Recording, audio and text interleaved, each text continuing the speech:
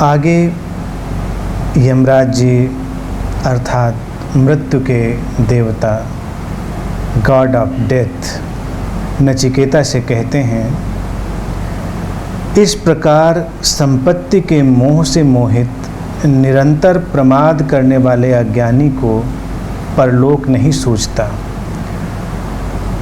वो समझता है कि ये प्रत्यक्ष दिखने वाला लोक ही सत्य है, इसके सिवा दूसरा स्वर्ग नरक आदि लोक कुछ भी नहीं है। इस प्रकार मानने वाला अभिमानी मनुष्य बार बार मुझ यमराज के वश में आ जाता है।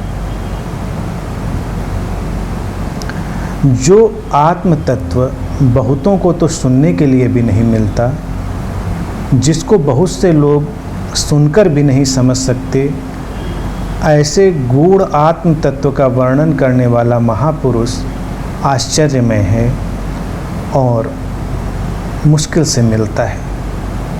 उसे प्राप्त करने वाला भी बड़ा कुशल कोई एक ही होता है, और जिसे इस आत्म तत्व की उपलब्धि हो गई है, ऐसे ज्ञानी महापुरुष के द्वारा शिक्षा प्राप्त किया हुआ आत्म तत्व का ज्ञाता भी आश्चर्यमय है, परम दुर्लभ है।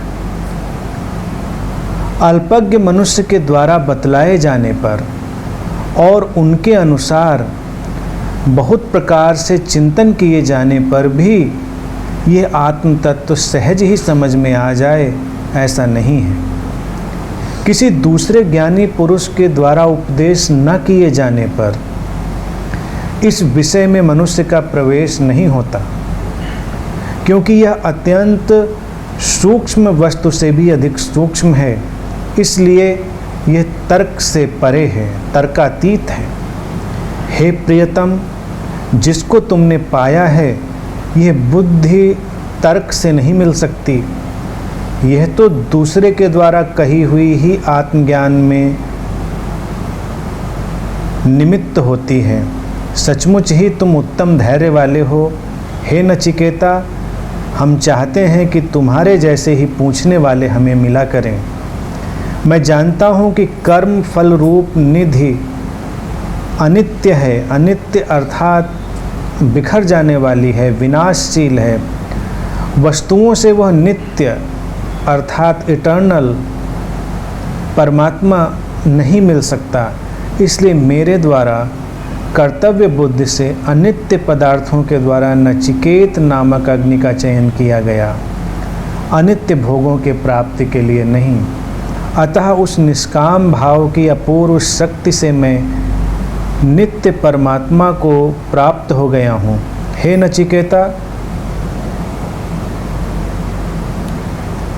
जिसमें सब प्रकार के भोग मिल सकते हैं, जो जगत का आधार है, यज्ञ का चिरस्थायी फल, निर्भयता की अवधि और स्तुति करने योग्य एवं महत्वपूर्ण है, तथा वेदों में जिसके गुण नाना प्रकार से गाए गए हैं और जो दीर्घ काल तक की स्थिति से संपन्न है, ऐसे स्वर्ग लोक को देखकर भी तुमने धैर्यपूर्वक उसका त्याग कर दिया।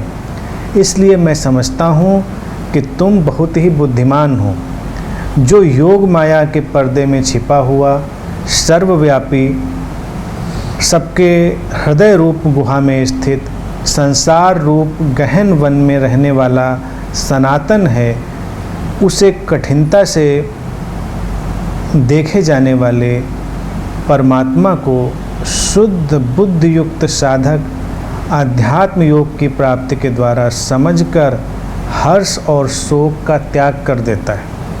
मनुष्य जब इस धर्ममय उपदेश को सुनकर भली भांति ग्रहण करके और उस पर विवेक पूर्वक विचार करके इस सूक्ष्म आत्म तत्व को जानकर अनुभव कर लेता है, तब वह आनंद स्वरूप पर ब्रह्म पुरुषोत्तम को पाकर आनंद में ही मग्न हो जाता है। तुम नचिकेता के लिए मैं परम धाम का द्वार खुला हुआ मानता हूँ। इस प्रकार यमराज जी ने कहा अपनी भाषा में। अब हम लोग इसको कंटेम्प्रेरी ट्रांसलेशन में लेकर चलते हैं। कहते हैं कि इस प्रकार संपत्ति के मोह से मोहित निरंतर प्रमाद करने वाला अज्ञानी, उसे परलोक नहीं दिखाई देता। वो समझता है प्रत्यक्ष दिखने वाला ये लोक ही सत्य है, इसके अलावा कुछ भी नहीं है। और कहते हैं कि जो ऐसी भावना से भरा हुआ होता है वो मुझ यमराज के वश में बार बार आ जाता है। संपत्ति के मोह की जो बात की है यमराज ने, संपत्ति स्थूल से सूक्ष्म तक फैली हुई है। संपत्ति का अर्थ इतना ही नहीं है कि धन, वस्त्र, पदार्थ, तुम्हारे आसपास की भौतिक चीज़ें वही संपत्ति नहीं है। संपत्ति हर वो चीज़ है जिस पर तुम पकड़ बनाना चाहते हो। संपत्ति हर वो चीज़ है जो तुम्हें लगती है कि तुम उस पर आधिपत्य कर सकते हो, तुम उसे पजेस कर सकते हो। संपत्ति तुम्हारा ज्ञान भी बन जाता है, संपत्ति तुम्हारा धर्म भी बन जाता है, और व्यक्ति तो संपत्तियों में आते ही रहे हैं, उनको भी तुम संपत्ति की तरह ही देखते हो। प्राचीन समय में और कमोबेश थोड़ा बहुत आज भी स्त्रियों को भी संपत्ति में ही गिना जाता रहा, इसीलिए शब्द उपयोग होता रहा स्त्री धन। उसका अर्थ ये नहीं रहा कि जो स्त्री का सोना, जेवर इत्यादि है वो स्त्री भी एक संपत्ति की तरह ही थी। लेकिन फिर वाइस वर्सा है, पुरुष भी संपत्ति बन जाता है, स्त्री भी संपत्ति बन जाती है। जिस पर भी तुम मालकियत जमाने की कोशिश करते हो, आधिपत्य लाने की कोशिश करते हो, वही संपत्ति है। जिसको भी तुम पकड़ के रखना चाहते हो, नियमतः, नियम के अनुसार वो तुम्हारे हाथ से जाएगा, क्योंकि मुट्ठी बांधने की भी सीमा है। किसी चीज़ पर अगर तुम अपनी मुट्ठी बांधो तो बहुत देर तक बांधे नहीं रख सकते। एक वक्त आता है जब वो स्वतः ही खुलने लगती है, और वहीं पर तुम्हें मोह भंग, डिसइल्यूजनमेंट होता है। यमराज कहते हैं कि जो व्यक्ति अपने अंदर संपत्ति भाव को रखने वाला है, संपत्ति भाव शब्द ज़्यादा उपयुक्त होगा, जो हर चीज़ को संपत्ति में बदल देता है। उसे लगता है कि जो उसके अनुभव में आ रहा है, जो उसके अनुभव क्षेत्र में जगत है, इसके सिवा और कुछ नहीं, वो उसे ही सत्य मानता है। वो कहते हैं कि वो दूसरे लोगों में भरोसा भी नहीं करता, उन्हें जानता भी नहीं, और अभिमान से भर जाता है। और ऐसा अभिमानी मनुष्य बार बार मुझ यमराज के अर्थात मृत्यु के देवता के वश में आ जाता है। प्रत्येक व्यक्ति अपना दायरा खींच लेता है। संपत्ति या धन, उसकी बुराई क्या है, वो तुम्हें सीमित कर देता है। जो तुम्हारी संपत्ति है वो दूसरे की नहीं है, और जो दूसरे की है वो तुम्हारी नहीं है। इसी तरह से जो तुम्हारा ज्ञान है वो दूसरे का नहीं है, और जो दूसरे का है वो तुम्हारा नहीं है। तो तुम सीमाओं में जीने लगते हो, तुम्हारे चारों ओर सीमाएं घिर जाती हैं, और अगर उसमें बहुत गहरे कोई जुड़ जाता है, उससे आइडेंटिफाई कर लेता है, अपने को अपना तादाद में बना लेता है, तो वो धीरे धीरे भूल ही जाता है कि उसके परे भी एक जगत है। दूसरे लोगों का अर्थ ये नहीं है कि इस धरती के पार कहीं कोई लोक है। जैसे तुम्हारे आसपास, तुम्हारे भीतर विचारों की एक दुनिया बन गई है, तुम्हारे अंदर तुम्हारी अपनी धारणाएं हैं, वो सही हैं या गलत हैं ये मायने नहीं रखता। तुमने अपने अंदर एक धारणाओं का जगत बना लिया है और तब तुम उसके बाहर के जगत को देखना भी नहीं चाहते। तुम्हें लगता भी नहीं कि उसके बाहर का जगत भी हो सकता है। जिस प्रकार के विचार या ज्ञान तुम्हारे पास है उससे भिन्न विचार और ज्ञान भी अस्तित्व में हो सकते हैं। तुम्हारी धारणाएं या तुम्हारे विचार ही अंतिम नहीं है, उसके आगे भी जगत है। तुम व्यापक होते हो। संपत्ति तुम्हारी व्यापकता को रोकती है। तुम्हारी जो एक्सपेंड होने की स्थिति है, तुम्हारा जो एक्सपेंशन है, वो उसे रोक लेती है।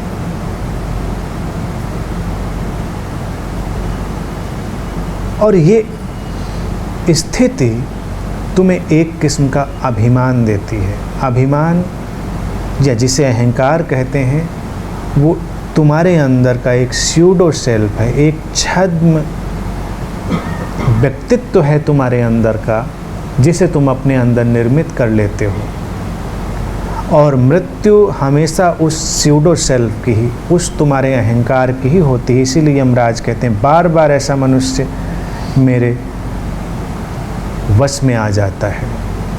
क्योंकि जब तुम अपनी निश्चित सीमाओं में जीते हो, अपनी निश्चित धारणाओं में जीते हो, तो तुम डरे हुए होते हो। तुम्हें लगता है कि तुम्हारी सीमाओं का कोई अतिक्रमण न कर दे, कोई तुम्हारे बने बनाए जगत को बिखेर न दे, तो तुम्हारी कोशिश होती है कि सब तुम्हारे जैसा ही हो जाए।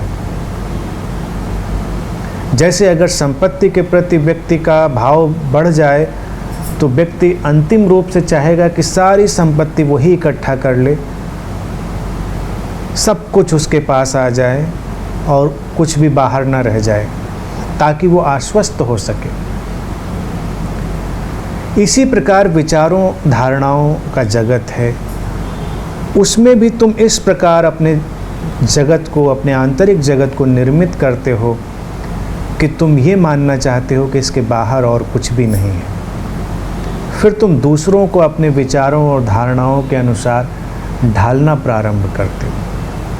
कोई भी इज्म हो, तुम देखोगे उसकी कोशिश यही है कि उसका विचार सबके ऊपर छा जाए। वही संपत्ति की अवस्था है। कहते हैं आदि शंकराचार्य अपने दर्शन को सिद्ध करने के लिए भारत भर में घूमते रहे, तर्क करते हुए, और तर्क से लोगों को परास्त करके विजय का ध्वज लहराते हुए, विजय का झंडा गाड़ते हुए। कहते भी कि उन्होंने तर्क से सबको जीत लिया। उनका दर्शन था ब्रह्म सत्यम जगत मिथ्या, अर्थात ये संसार एक स्वप्न की तरह है और जो ब्रह्म है, जो परमात्मा है, जो परम चेतना है, एकमात्र वही सत्य है। और उस परम चेतना से ही ये स्वप्न निकल कर फैला है। नाना प्रकार से वो अपने सिद्धांत को लोगों के ऊपर रख रहे थे। तो ये भी एक संपत्ति की ही भावना थी कि तुम्हारे विचार में सब लोग कन्वर्ट हो जाएं। कोई इस्लाम में कन्वर्ट करने में लगा है, कोई ईसाईयत में, कोई हिंदुइज्म में, कोई कम्युनिज्म में, कोई किसी इज्म में। सब चाहते हैं कि तुम उनकी बात मान लो, तुम यकीन कर लो कि वही सच है, ताकि सीमाएं तय हो जाएं। और जहाँ भी सीमाएं बनती हैं वहाँ तुम कांपते हुए होते हो, तुम कमज़ोर होते हो। तुम्हें सीमाओं को लगातार बचाए रखना पड़ता है, अन्यथा वो कभी भी गिर जाएंगी और तुम मृत्यु में प्रवेश कर जाओगे। मृत्यु का अर्थ यही नहीं है कि शरीर की मृत्यु होगी, तुम्हारे अपने अंदर, तुम्हारे व्यक्तित्व की मृत्यु घट जाएगी। और कहते हैं कि आदि शंकर पूरे भारत में विजय करने के पश्चात विजय के अभिमान में बनारस गए हुए थे और वहाँ से एक दिन सुबह सुबह वो गंगा में स्नान करके लौट रहे थे। तभी कोई सद्गुरु ही रहा होगा, वो एक शूद्र के वेश में उनके सामने आता है और उनको छू लेता है। शंकराचार्य थोड़ा पीछे हटते हैं, थोड़ा विचलित होते हैं और कहते हैं कि तुमने ये क्या किया, मुझे दोबारा स्नान करना पड़ेगा। तो वो शूद्र कहता है कि आप ठीक है स्नान करें, लेकिन मुझे कुछ प्रश्नों का उत्तर दे दें। आप तो सबको उत्तर दे देते हैं, सबको कन्विंस कर देते हैं। जो तुम्हारा संसार माया है, इल्यूजन है, उसमें क्या एक शूद्र वास्तविक है या वो इल्यूजन है? और ये शरीर जो दिखाई दे रहा है, जो किसी नदी में नहाकर पवित्र हो रहा है या किसी के छूने से अपवित्र हो रहा है, ये भ्रम है या सत्य है? और जिस परमात्मा से ये स्वप्न फैला है, उसने तुम्हारे शरीर का स्वप्न कुछ अलग ढंग से रचा है या मेरे शरीर का स्वप्न अलग ढंग से रचा है?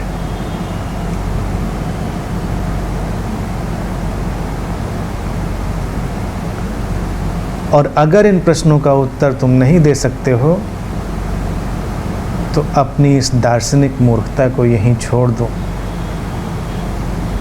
कहते हैं कि पहली बार आदि शंकराचार्य अपने अंदर तक हिल गए और उन्हें एहसास हुआ कि चिंतन, मनन और विचार अगर बहुत गहरे न गए हों तो वो भी संपत्ति ही बन जाते हैं, जिस पे मालकियत का अभिमान पैदा हो जाता है। शंकराचार्य बहुत संवेदनशील और समझदार व्यक्ति थे। उन्होंने उस शूद्र को प्रणाम किया। वो समझ गए होंगे शायद कि ये कोई बड़ी चेतना, कोई विशिष्ट चेतना रही होगी।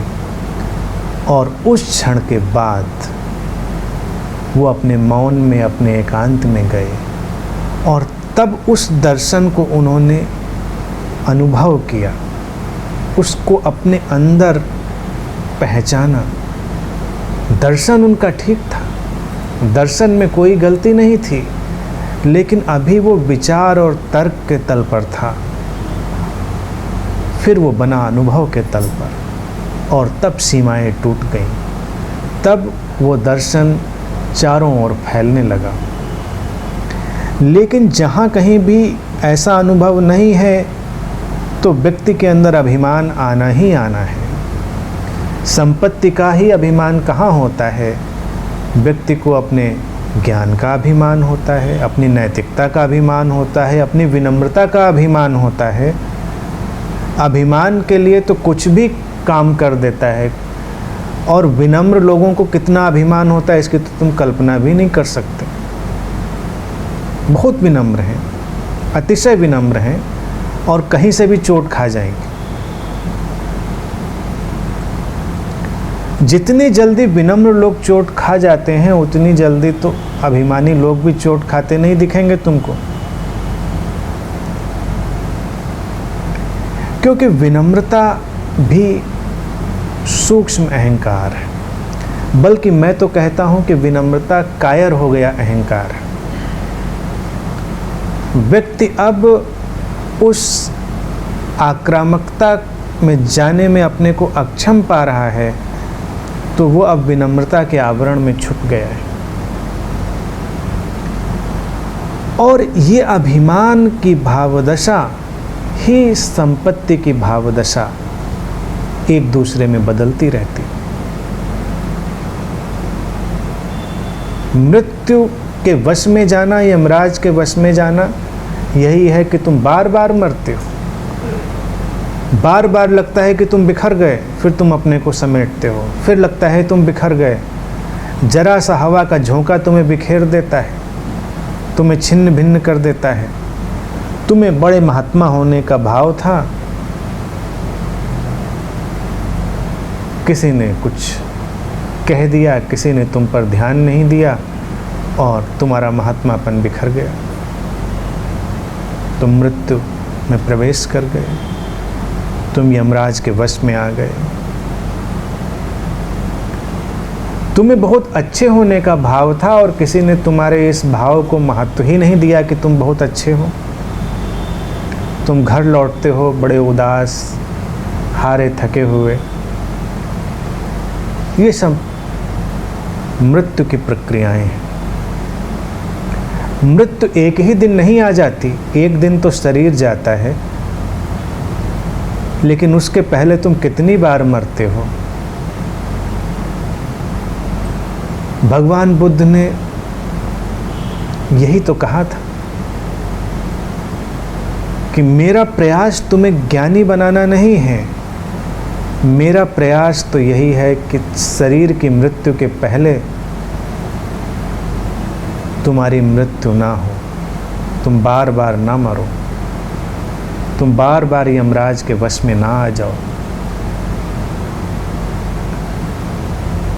तो इस संपत्ति की भावदशा को, अर्थात किसी भी व्यक्ति, वस्तु, पदार्थ, विचार पर पकड़ की जो भावदशा है, उसको हटाना, तब प्रवेश होता है नचिकेता की यात्रा में। आगे यमराज जी कहते हैं, जो आत्म तत्व बहुतों को तो सुनने के लिए भी नहीं मिलता, जिसको बहुत से लोग सुनकर भी नहीं समझ सकते, ऐसे इस गूढ़ आत्म तत्व का वर्णन करने वाला महापुरुष आश्चर्य में है, बड़ा दुर्लभ है। उसे प्राप्त करने वाला भी बड़ा कुशल कोई एक ही होता है, और इससे जिस तत्व की उपलब्धि हो गई है, ऐसे ज्ञानी महापुरुष द्वारा शिक्षा प्राप्त करने वाला भी कोई एक ही होता है। वो भी आश्चर्य में है, वो भी परम दुर्लभ है। अब ये बात भी बड़ी विचित्र जान पड़ती है। आत्म तत्व सुनने को नहीं मिलता, या conversation of awakening, conversation of realization तुम्हें सुनने को नहीं मिलता, ये दुर्लभ है। ये बात थोड़ी अटपटी सी लगती है कि यमराज जी ऐसा कह रहे हैं। तुम तो किसी भी गली से गुजरो, आत्म तत्व की ही चर्चा हो रही होती है। गुरु लोग तो कर ही रहे हैं, आम व्यक्ति भी उसको करने में पीछे नहीं है। भारत में ऐसा कब रहा होगा मुझे नहीं लगता, तो यमराज जी कोई और ही बात कह रहे होंगे। तुम टीवी ऑन कर दो, तुम्हें चर्चा ही चर्चा सुनने को मिल जाएगी, तो दुर्लभ कहाँ रहा, बहुत सुलभ है। कोई भी किताब उठा लो, उसको पढ़ना शुरू कर दो, आत्म तत्व की ही चर्चा मिल जाएगी, फिर दुर्लभ कहाँ है। उसकी चर्चा करने वाला दुर्लभ तो नहीं हुआ। कहते हैं कि इस गूढ़ आत्म तत्व का वर्णन करने वाला महापुरुष आश्चर्य में है। कोई कोई होता है, कोई एक।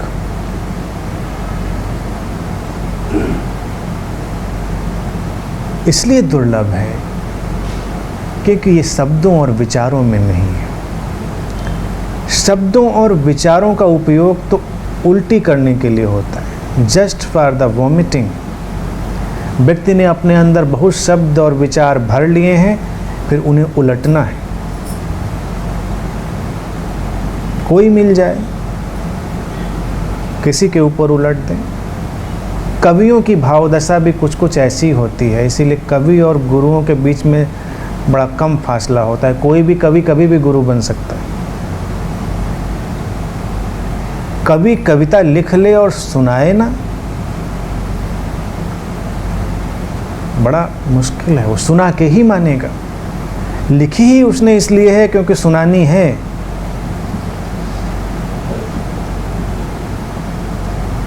तो वो ज्ञान भी क्या अगर तुम्हारे अंदर आ गया है और उसको तुम सुना के ना मानो। तो हर व्यक्ति शिष्य ढूंढ ही लेता है और बड़ा मेहनत करता है शिष्य ढूंढने में। नचिकेता तो कितनी मुश्किल से यमराज तक पहुंचा है। और आज के युग में देखें तो यमराज ही तुम्हारे दरवाजे तक चले आते हैं। अर्थात गुरु लोग ही तुम्हें खोजते हुए चले आते हैं, तुम्हें उन्हें नहीं खोजना पड़ता, वही तुमको खोजते हैं, दुर्लभ नहीं है।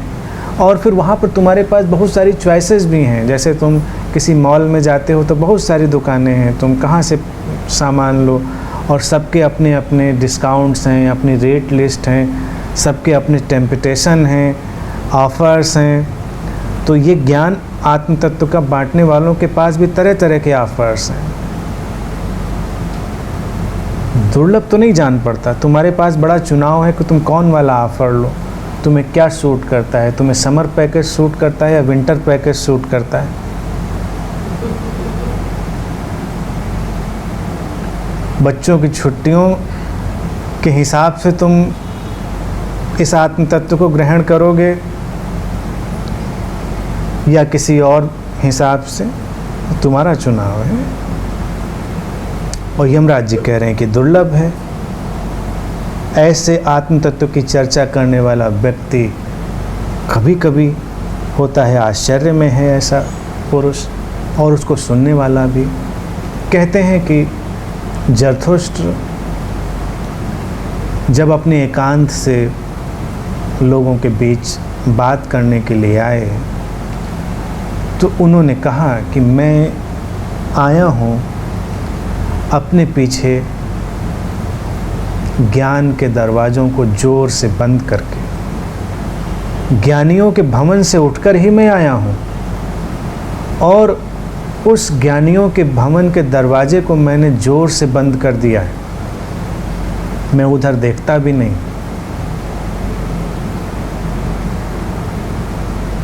जो तुमसे कहना है उसको कहना मुश्किल है, लेकिन फिर भी मैं कहने की कोशिश करूँगा।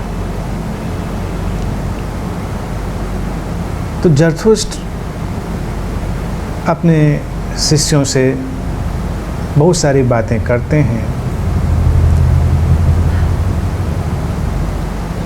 फिर एक प्रश्न पूछते हैं कि तुम जरथुष्ट्र की बातों को क्यों सुनते हो, तुम मेरी बातों को क्यों सुनना चाहते हो। तो सब खामोश रहते हैं। एक व्यक्ति खड़ा होता है, वो कहता है क्योंकि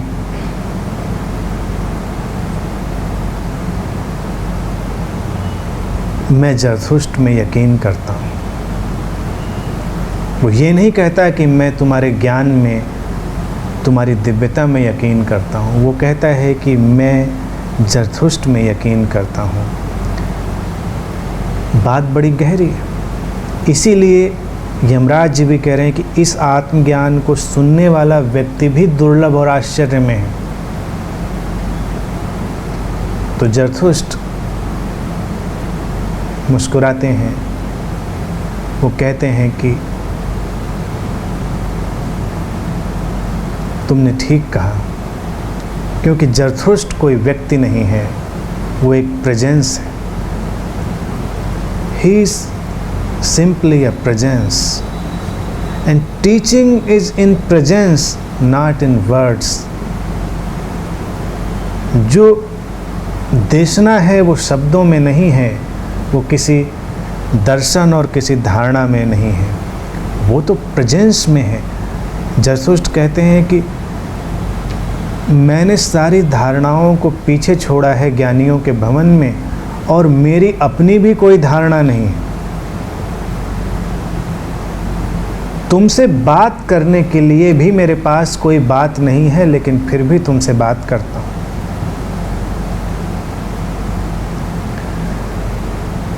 बात करने के लिए कोई बात नहीं है, अर्थात कोई पहले से बना बनाया हुआ सिस्टम नहीं है, कोई पहले से बनी बनाई हुई दर्शन की प्रक्रिया नहीं है, कोई पहले से बना बनाया हुआ विचारों का जाल नहीं है।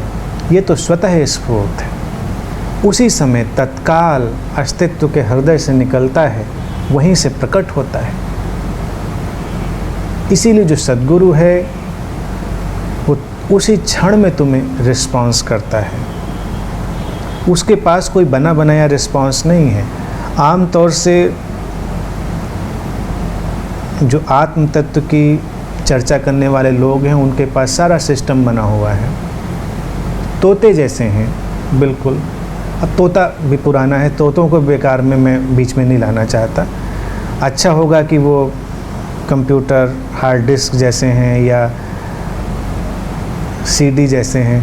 तोते तो बड़े इनोसेंट हैं, अच्छे हैं, इसलिए तोता नहीं कहना चाहिए। पहले लोग अक्सर तोता कहते थे, फिर मैंने जब तोतों पे विचार किया तो मुझे लगा तोता नहीं कहना चाहिए, मशीन कह देना ज़्यादा अच्छा है। वही का वही सब दोहरा दिया जाएगा क्योंकि सब प्री रिकॉर्डेड है, स्ट्रक्चर है, कोई भूल चूक नहीं होगी। और यमराज जी जैसा सद्गुरु होगा तो कुछ भी पहले से तय नहीं होगा। वो तो नचिकेता कैसे कैसे चलेगा, कैसे कैसे मुड़ेगा, वैसे वैसे ही उनकी देशना, उनकी टीचिंग मुड़ेगी। वो पहले से ही कुछ बताने के लिए तैयार नहीं बैठे, वो तो टाल रहे हैं। कितना तो टाला है कि नहीं बताना है मुझको, फिर भी वो जो पीछे पड़ा रहा है तब वो बोलना शुरू कर रहे हैं। और बोलने में भी तुम देखो धीरे धीरे वो बड़ा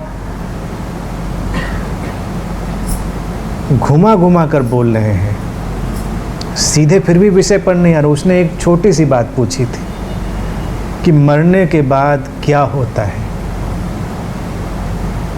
इस बात का उत्तर तो यहाँ से तुम में से भी कोई भी दे देगा, और यमराज जी इसी छोटी सी बात का उत्तर ना देकर उसको इतनी बातें बोल रहे हैं।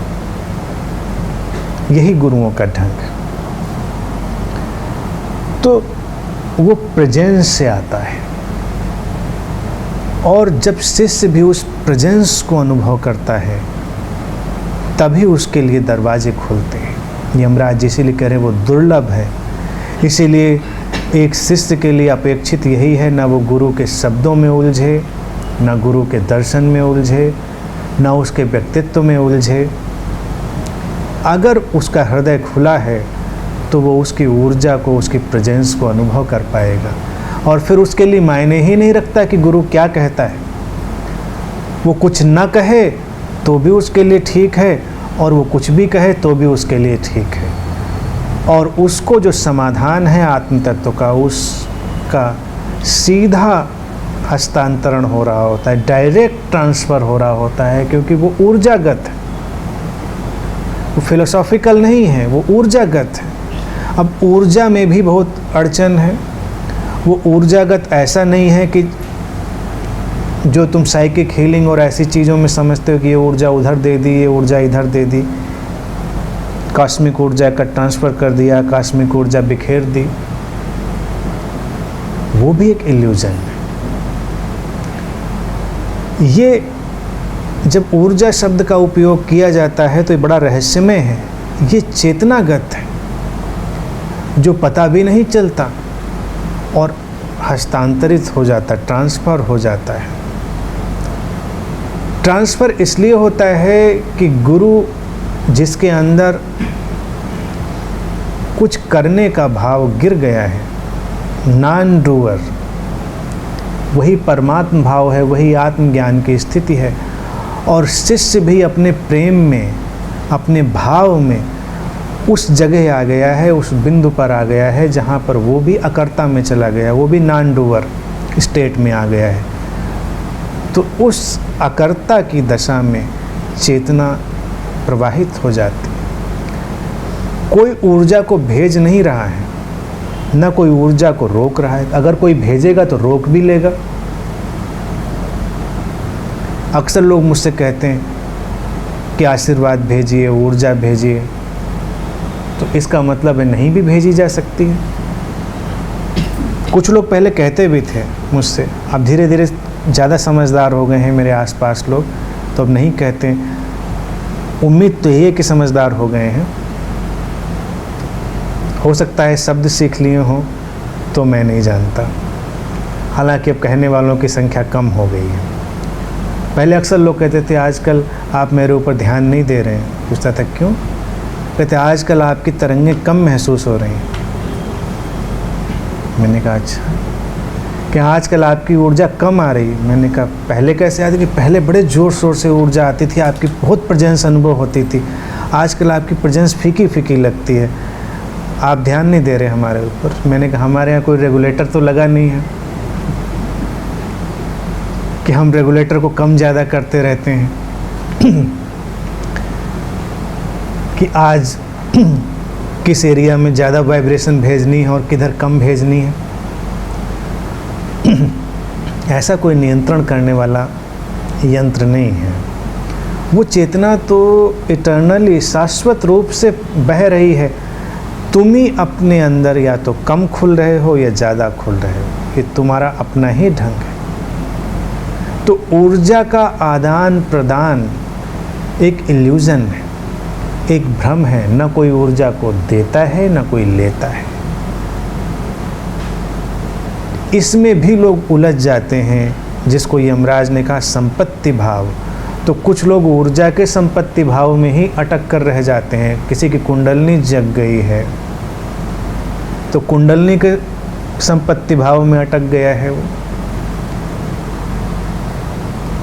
ये सब केवल तुम्हारे अंदर के संवेदनशीलता और जागृति के धरातल है, और जो चेतना है, जो ऊर्जा है, वो हमेशा वैसी ही विद्यमान है। जितनी तुम्हें उपलब्ध है उतनी ही हर किसी को उपलब्ध है।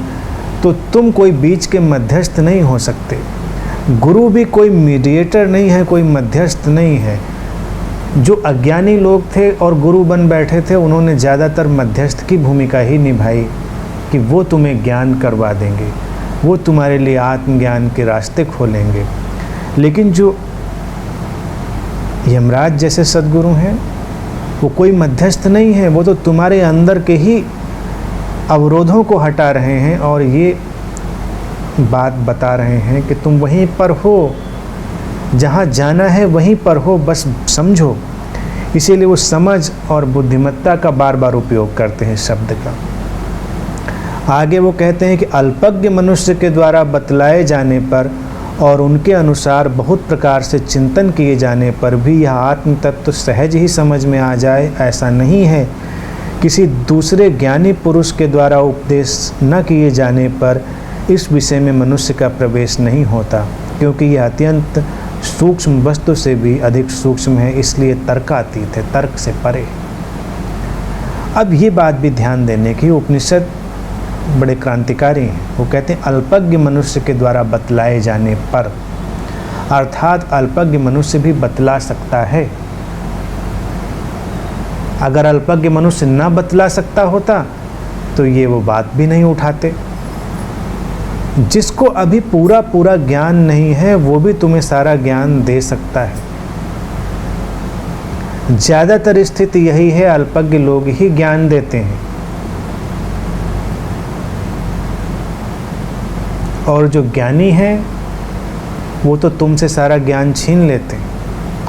इसलिए ज्ञानियों के पास तुम्हें बड़ी बेचैनी होती है और जल्दी ही तुम अल्पज्ञ लोगों के पास भागना चाहोगे, क्योंकि वो तुम्हारे संपत्ति भाव को बढ़ावा देंगे, वो तुम्हारे अभिमान को बढ़ावा देंगे, तुम्हें कुछ होने का एहसास देंगे, और ज्ञानी के पास तुम्हें ना होने का एहसास होगा।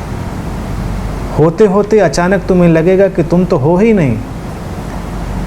जो अज्ञानी है तो शुरू में बड़ी पीड़ा में पड़ेगा, अरे मैं तो हूँ ही नहीं और मैं कुछ नहीं हूँ, तो बड़ी पीड़ा का विषय है।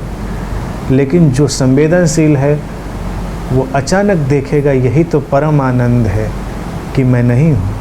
होने का तनाव और होने की पीड़ा क्यों लेनी जब न होने में ऐश्वर्य मिल सकता है।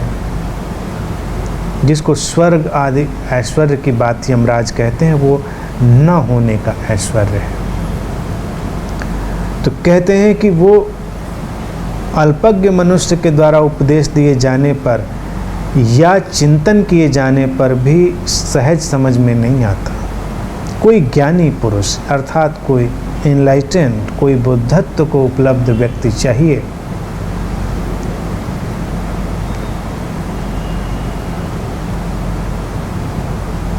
अब बुद्धत्व को उपलब्ध व्यक्ति अपने आप में विरोधाभास। व्यक्ति जब नहीं रहता तभी बुद्धत्व होता है।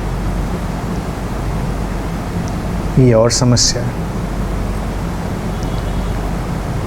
चिंतन से भी नहीं आता कि तुम चिंतन करना शुरू करो, तुम विचार करना शुरू करो,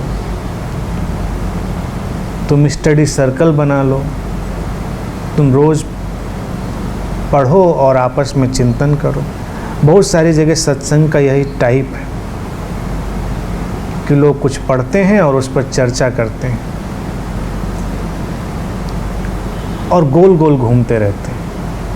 तुम्हारा वही सीमित मन जो सीमित विचारों से भरा है वो असीम का अनुभव कैसे लाएगा?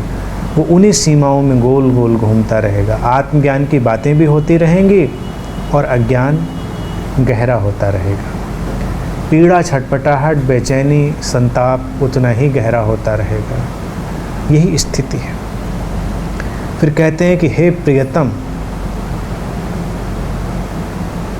उसके लिए बड़ा प्रीतिपूर्ण शब्द उपयोग कर रहे हैं नचिकेता के लिए। कहते हैं जिसको तुमने पाया है वो बुद्धि तर्क से नहीं मिल सकती, यह तो दूसरों के द्वारा कही हुई ही आत्मज्ञान से निमित्त होती है। सचमुच ही तुम उत्तम धैर्य वाले हो। हे नचिकेता, हम चाहते हैं कि तुम्हारे जैसे ही पूछने वाले हमें मिला करें।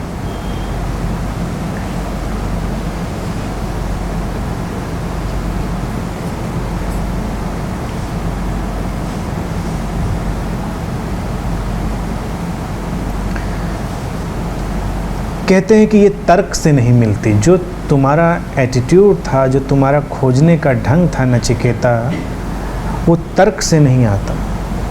उसको बुद्धिमान तो कह रहे हैं और ये भी कह रहे हैं तर्क से नहीं आता, अर्थात ये हृदयगत है।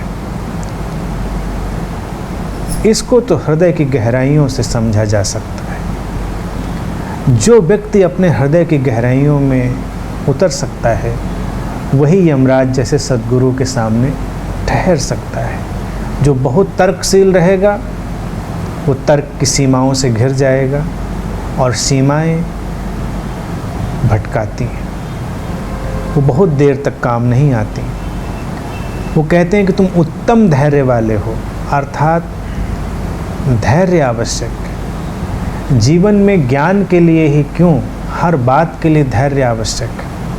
चाहे वो प्रेम हो, संवेदना हो, धैर्य जरूरी है। व्यक्ति धैर्य खो देता है और उसी में भटक जाता है। रात हुई और धैर्य खो दिया उसने, आत्महत्या करने के बारे में सोचने लगा कि भी इस अंधेरे में कैसे जी पाएंगे। धैर्य रखता तो सुबह आने वाली ही थी, वो रास्ते में ही थी, वो आने वाली ही थी, वो आ ही जाती। तो धैर्य रखना जरूरी है। किसी के प्रति तुम प्रेम में हो तो थोड़ा धैर्य रखो। भावनाओं के इंद्रधनुष हैं, एक ही रंग नहीं होता, 7 नहीं हजारों अनगिनत असंख्य रंग होते हैं। जो रंग अभी तुम्हारे सामने हो सकता है तुम्हारे मन के अनुकूल ना हो, तो धैर्य रखो, थोड़ी देर में रंग बदलेंगे और फिर तुम्हें उस प्रेम के इंद्रधनुष का एहसास होगा। लेकिन तुम अपने मन के अनुकूल रंग तलाशना चाहोगे तो धैर्य खो बैठोगे, क्योंकि तुम्हें लगेगा कि चाहिए तो हरा था, आया लाल है। ये तो बदल रहा है, यहाँ पर हरा भी आएगा और लाल भी आएगा, कुछ भी आ सकता है। तुम इंद्रधनुष पर ध्यान रखो, यही धैर्य है। इंद्रधनुष पर ध्यान रखने का अर्थ है मेरा डाइवर्सिटी पर, उस टोटलिटी पर, उस भिन्नता पर। जीवन एक भिन्नता से भरी हुई घटना है। अधैर्य तभी आता है जब तुम्हारी बुद्धि सीमाओं से भरी है और मूल्यांकनों, निर्णयों से भरी है, धारणाओं से भरी है। तो तुम्हारे अनुकूल कोई बात नहीं होती, तुम धैर्य खो देते हो।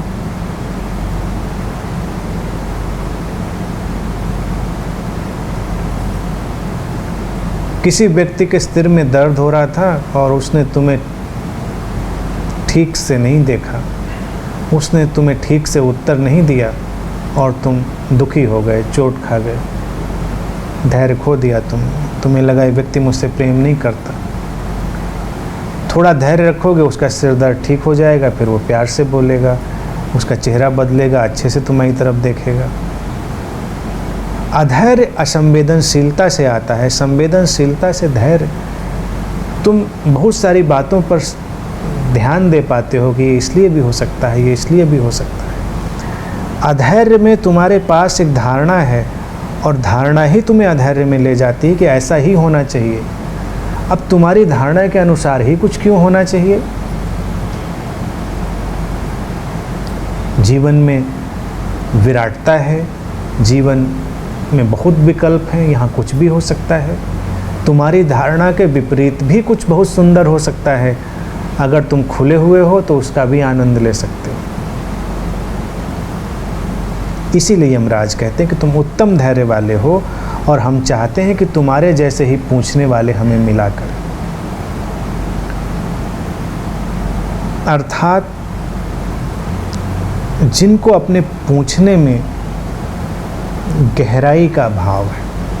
नचिकेता ने प्रश्न पूछा और उस पर टिका रहा, क्योंकि वो प्रश्न उसके अंतरतम से आया था, वो प्रश्न उसके डिसइल्यूजनमेंट से आया था, वो चिंतन मनन से आया हुआ प्रश्न नहीं था कि मृत्यु के बाद क्या होता है, आत्मा रहती है या नहीं रहती, क्या होता है।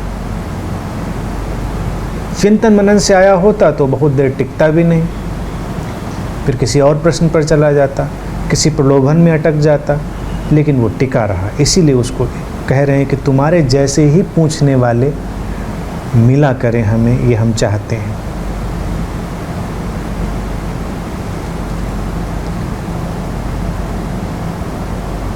आगे कहते हैं कि मैं जानता हूँ कि कर्म फल रूप निधि अनित्य है। अनित्य विनाशशील वस्तुओं से वो नित्य परमात्मा नहीं मिल सकता, इसलिए मेरे द्वारा अनित्य पदार्थों के द्वारा नचिकेत नामक अग्नि का चयन किया गया, अनित्य भोगों की प्राप्ति के लिए नहीं। अतः उस निष्काम भाव को अपूर्व शक्ति से मैं नित्य परमात्मा को प्राप्त हो गया हूँ। कह रहे हैं कि जो ट्रांजिएंट है, जो चीज़ें बिखर रही हैं, बदल रही हैं, उनके माध्यम से उस इटर्नल का, उस शाश्वत का बोध होना संभव नहीं है। जो उस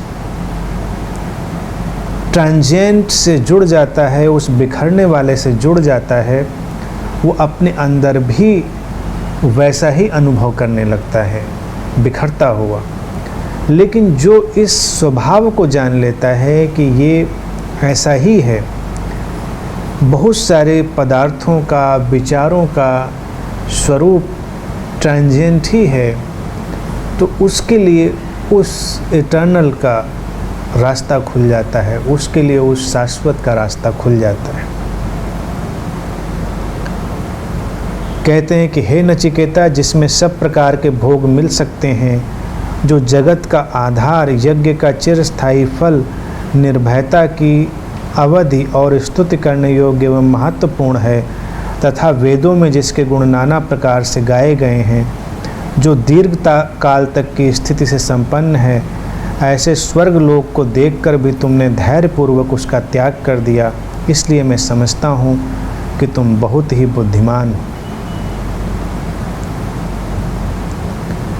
यमराज ने नचिकेता को प्रारंभ में जो प्रलोभन दिए थे, जो बहुत सारे उसे लालच दिए थे, वो उन लालचों में नहीं फंसा। और कहते हैं वेदों में भी जिसके गुण गाए गए हैं, यानी कि तुम्हारे शास्त्र भी लोभों से, प्रलोभनों से भरे पड़े हैं। तरह तरह के प्रलोभन उसमें भी बताए गए हैं। कोई भी पूजा तुम करो, उस पूजा के लाभ हैं, उसके फल हैं। कोई भी चीज़ जो कहीं है, उसमें कोई न कोई लाभ निहित है। अगर बहुत सारी पूजाएं और तुम्हारे कर्मकांड लाभ से रहित बता दिए जाएं, तब भी तुम उनको जारी रखोगे, इसमें संशय, इसमें शक है। कि तुमको बताया गया है कि ये करोगे तो इससे तुम्हें ये लाभ होगा, ये करोगे तो तुम्हें इससे ये फल मिलेगा। हर बात के पीछे लोभ है। तुम मंदिर जाओगे तो परमात्मा तुम्हारा ख्याल रखेगा, तुम्हारे लिए काम करेगा, तुम्हारी रक्षा करेगा, मुश्किल वक्त में तुम्हारे पास आ जाएगा, तो तुम्हारा मंदिर जाने में भी रस बना रहेगा। अगर तुमको पता चल जाए कि कुछ होने वाला नहीं है, तुम क्यों करोगे? तो इसीलिए हर बात का लोभ है। ध्यान करोगे, स्वस्थ रहोगे, तुम्हारे काम बन जाएंगे, जीवन में कोई अटकाव नहीं होगा, ध्यान से तुम्हें बहुत सारे लाभ मिल जाएंगे। इसलिए ध्यान के बारे में भी जब बताना होता है तो दो किस्म के लोग होते हैं। एक जो करुणावश झूठ बोलते हैं ताकि तुमको सही बात बताई जाए, तो करुणावश उनको झूठ बोलना पड़ता है कि ये होगा ये होगा। और एक लोग जो अज्ञानतावश झूठ बोलते हैं, तो वो ज़ोर शोर से कहते हैं कि ध्यान करने से ये लाभ होगा। बिना लाभ के, बिना लोभ के तो व्यक्ति चलना ही नहीं चाहता। और यमराज कह रहे हैं तुमने सारे लोभों को देखकर उनका त्याग कर दिया, इसलिए मैं समझता हूँ कि तुम बहुत ही बुद्धिमान हो। जो बिना लाभ के भी कोई काम कर सके जिससे जीवन में सौंदर्य और जीवन में ऐश्वर्य बढ़ता हो, वही व्यक्ति तो बुद्धिमान है। बहुत सारी चीज़ें अगर तुम देखोगे तो जीवन में उनके लाभ समझ में नहीं आएंगे। किसी से तुम प्रेम करते हो, इसका क्या लाभ है? किसी के प्रति तुम संवेदनशील हो, इसका क्या लाभ है? कोई लाभ नहीं। नुकसान जरूर हो सकता है, लाभ तो कोई भी नहीं। किसी से शादी कर लोगे तो लाभ है। इसीलिए प्रेम से विवाह की यात्रा कुछ फ़र्क हो जाती है, उसमें लाभ तय है कि ये लाभ इस तरह के तुमको मिलेंगे। लेकिन प्रेम में क्या लाभ है? कोई लाभ ही नहीं है। किसी के प्रति तुम श्रद्धा रखते हो तो क्या लाभ है? लेकिन क्या तुम प्रेम के बिना जीवन जी सकते हो? प्रेम के बिना, श्रद्धा से तुम्हें लाभ मिलता है नहीं मिलता है ये बात बेमानी है, लेकिन जिस व्यक्ति का हृदय श्रद्धावान होता है उसके जीवन में कितनी शांति और आनंद होता है। लेकिन ये लाभ नहीं है, ये तो श्रद्धा है, तो वो आनंद और शांति होगी ही उसके जीवन में। तो जीवन की जो बेशकीमती चीज़ें हैं, जिनके बिना जीवन मृत्यु जैसा ही है, इसीलिए मृत्यु का देवता सामने खड़े होकर बातें कह रहा है, वो सब लाभ रहित है। उनका कोई बड़ा लाभ नहीं है, लेकिन उनके बिना जीवन तो मृत्यु जैसा ही है। तुम्हारे जीवन में शांति है तो क्या लाभ है इसका? तुम अशांत रहो, शांत रहो, इससे क्या फ़र्क पड़ता है? लेकिन शांति है, किसी को दिखाई भी नहीं देगी, लेकिन तब तुम्हें जीवन जीने जैसा लगेगा। और तुम्हारे जीवन में शांति नहीं है और सब कुछ है, तो तुम्हें जीवन आत्मघात कर लेने जैसा ही लगेगा। और कितने लोग आत्मघात कर लेते हैं, इतिहास गवाह है। सब कुछ है व्यक्ति के पास और समझ नहीं पड़ता कि अब क्या करें। तो या तो नशे का शिकार हो जाता है या आत्मघात के बारे में सोचने लगता है। जीवन की यही विशेषता है और इसीलिए यमराज नचिकेता से कह रहे तुम बहुत बुद्धिमान हो, तुम किसी लोभ में नहीं पड़े, तुमने उनका त्याग कर दिया। वस्तुतः उसने त्याग नहीं किया, उसको तो समझ में आ गया कि क्या उलझना इन बातों में। त्याग करना भी तभी आता है जब त्याग के आगे भी कुछ पाने की आकांक्षा होती। नचिकेता बुद्धिमान इसलिए कि उसको तो सहजता से समझ में आ गया है कि मेरे पिता ऐसी चीज़ें करते रहे, उनका जीवन क्या हुआ, तो मैं उस जीवन में क्यों कर जाऊं। इस जीवन के पार कुछ है तो जानने जैसा है, अन्यथा उसकी कोई उपयोगिता नहीं। आगे यमराज कहते हैं कि जो योग माया के पर्दे में छिपा हुआ सर्वव्यापी, सबके हृदय रूप गुहा में स्थित संसार रूप गहन वन में रहने वाला सनातन है, ऐसे उस कठिनता से देखे जाने वाले परमात्मा को शुद्ध बुद्धि युक्त साधक अध्यात्म योग की प्राप्ति के द्वारा समझकर हर्ष और शोक का त्याग कर देता है। योग माया के पर्दे में अर्थात वो इल्यूजन में छुपा है। तुम्हारे जीवन में बहुत सारे इल्यूजन्स हैं, उसके पीछे जीवन का जो रहस्य है, परमात्मा अर्थात जीवन का रहस्य है, परम रहस्य, वो छुप जाता है बहुत सारे इल्यूजन्स के पीछे। सर्वव्यापी है, कहते हैं हृदय रूप गुहा में स्थित है, अर्थात उसको प्रेम के माध्यम से ही ढूंढा जा सकता है। और हृदय रूपी गुहा यानी द केव ऑफ हार्ट, इसके बहुत सारे और भी अभिप्राय हैं, लेकिन इसका मोटा मोटा अर्थ यही है कि तर्क को गिराकर भाव से, अपने हृदय से जब तुम चलते हो तो तुम उस इटर्नल, उस शाश्वत, उस परमात्मा की तरफ बढ़ने लगते हो। अध्यात्म योग की प्राप्ति के द्वारा समझकर हर्ष और शोक को त्याग कर देता है, अर्थात वो शांत हो जाता है, आनंदित हो जाता है। आनंद शब्द का अर्थ है हर्ष और शोक से परे, इसलिए आनंद एक शांति की अवस्था है। कुछ हुआ तो तुम्हें हर्ष मिलता है, कुछ नहीं हुआ तो शोक मिलता है। इसीलिए दो शब्द हैं, हर्ष और शोक। यमराज कहते हैं हर्ष और शोक को त्याग देता है। जब व्यक्ति को समझ आ जाती है और वो देख लेता है जीवन का ढंग, तो हर्ष और शोक गिर जाते हैं। वो किसी बात को लेकर बहुत उत्साहित नहीं होता और किसी भी बात को लेकर बहुत संताप में नहीं जानता। वो थोड़ा सा पीछे हट जाता है, उनको देखने वाला बन जाता है, बिकम एन ऑब्जर्वर, विटनेस, दृष्टा।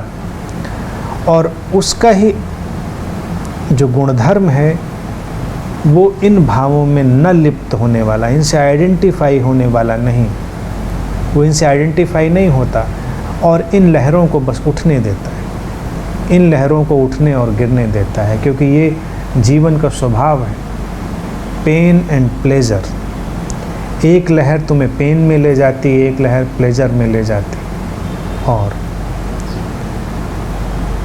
जो साधक है, जिसको शुद्ध बुद्ध युक्त साधक कह रहे हैं, वो इनसे पीछे हट जाता है। वो ये जान लेता है कि जीवन ऐसे ही लहरों जैसा है, यहाँ कुछ भी स्थायी नहीं है। और ये भावदशा ही आनंद की भावदशा है। इसका अर्थ ये है कि आनंदित व्यक्ति के जीवन में ऐसा नहीं है कि पेन नहीं आता, ऐसा नहीं कि जो व्यक्ति आनंदित है उसके जीवन में प्लेजर ही प्लेजर रहता। पेन और प्लेजर की लहरें हैं, लेकिन वो उनसे आइडेंटिफाइड नहीं है, वो उनसे दूर हट गया है। उसने जान लिया है कि ऐसा ही जीवन है।